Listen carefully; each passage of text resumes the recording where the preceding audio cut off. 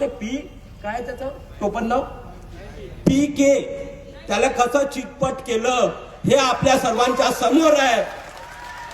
मी तुम्हाला सांगतो, आम्ही देवते परिवार शांत आणि संयमी आणि कोणत्या प्रकारे कोणाला चितपट करायचं हे आमच्या रक्तामध्ये आहे.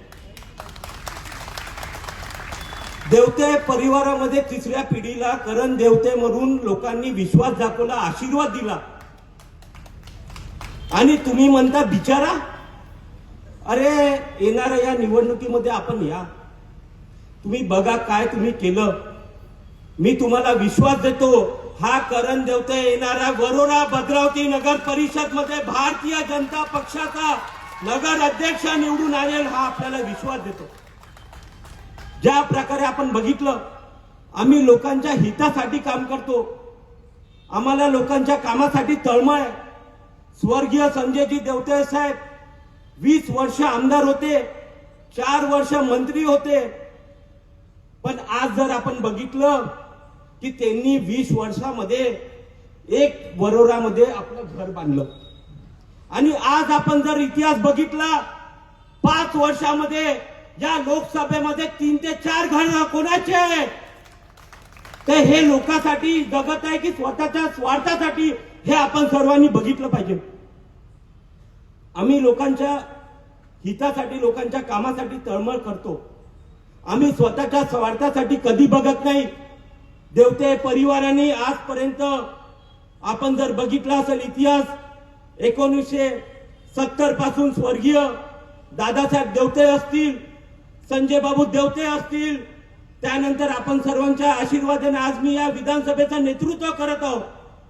पण कधी स्वतःच्या स्वार्थासाठी आम्ही पुढे आलो नाही. जेव्हा जेव्हा लोक आमच्याकडे आपल्या कामासाठी आले, आम्ही त्यांच्या कामासाठी धावून गेलो. आणि आज जर आपण बघितलं, अनिल भाऊ धानोरकर असतील, त्यांनी 15 वर्ष या नगरपालिकेचं नेतृत्व केलं. आणि हे नेतृत्व करत असताना अनेक लोकांनी त्याला गालबोट लावण्याचं काम केलं.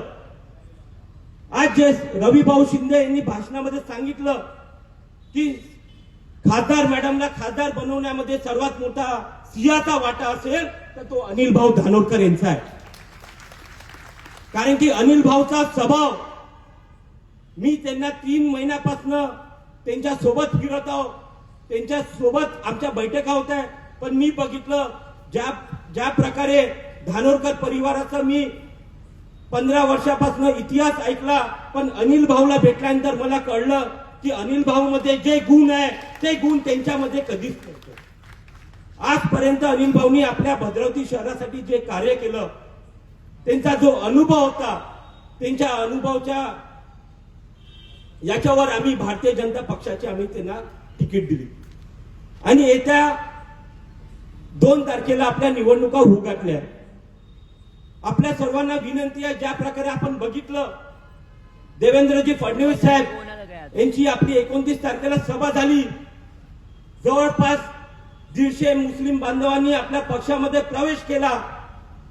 आजपर्यंत आपण जर बघितलं, काँग्रेस पक्षाने फक्त समाजासाठी आपलं मतदान डिवाइड करण्यासाठी आपला उपयोग करून घेतला. आणि नरेंद्र मोदी सरकार असं सरकार आहे, भारतीय जनता पार्टी असं पार्टी आहे की ज्यामध्ये सर्व समाजाला एकजूट घेऊन सर्व समाजाच्या हितासाठी काम करणारं असं सरकार भारतीय जनता पार्टीचं सरकार आहे. त्यामुळे माझी आपल्या सर्वांना कळकळीची विनंती आहे की ज्या प्रकारे आपण बघितलं, भारतीय जनता पक्षाचा आमदार म्हणून आपण सर्वांनी मला निवडून दिलं. मी आपल्याला विश्वास देतो की येणाऱ्या या निवडणुकीमध्ये केंद्रामध्ये नरेंद्रजी मोदी यांच्या नेतृत्वामध्ये आपलं सरकार काम करत आहे. राज्यामध्ये देवेंद्रजी फडणवीस साहेब यांच्या नेतृत्वामध्ये आपलं सरकार काम करत आहे. आणि जर आपल्याला आपल्या भागाचा, आपल्या शहराचा एक स्मार्ट सिटी म्हणून जर विकास करायचा असेल तर भारतीय जनता पक्षाला मतदान करणं गरजेचं आहे. मी आपल्याला इथे आवाहन करायला आलो आहे, उद्या होणाऱ्या मतदानामध्ये आपण आपल्या मतरूपी भारतीय जनता पक्षाला आशीर्वाद द्या, मतदान करा. आणि पुढे होणारा विकास हा आमदार म्हणून मी आपल्या समोर आहो. आणि मी आपल्याला ग्वाही देतो की जर आपला नगराध्यक्ष निवडून आला तर आपल्या सरकारच्या माध्यमातून कसा फंड होईल यासाठी मी प्रयत्नशील राहील, हा विश्वास आपल्याला देतो.